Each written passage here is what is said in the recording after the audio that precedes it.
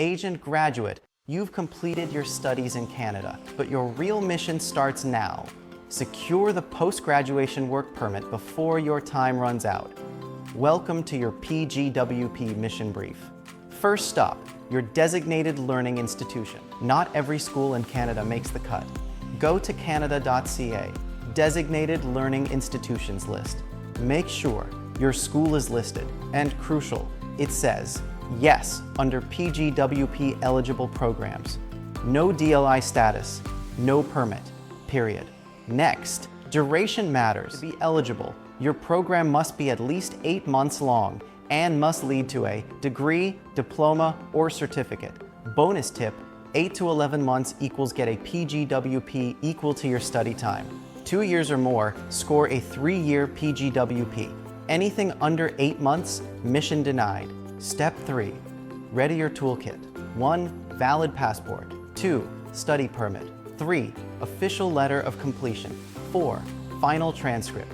Here's the surprise twist. There's no official minimum financial requirement for a PGWP, but IRCC expects that you, 1, aren't financially dependent on public assistance. 2, can support yourself until you land a job. So it's smart to show at least a few months' bank statements, especially if you're applying without implied status or waiting on results. Step 5, apply before time runs out. You've got 180 days from the day your school confirms you've completed your program. But if your study permit expires sooner, act fast. Apply for the PGWP before expiry to maintain your status, or apply to change to visitor status while you wait. Late? You can apply under restoration within 90 days, but you'll need to explain why. Final debrief. PGWP is more than a permit. It's your launch pad into permanent residency. Use your time to gain Canadian work experience, strengthen your express entry or PNP application, build your professional network, and remember, this is a one-time permit. Make it count.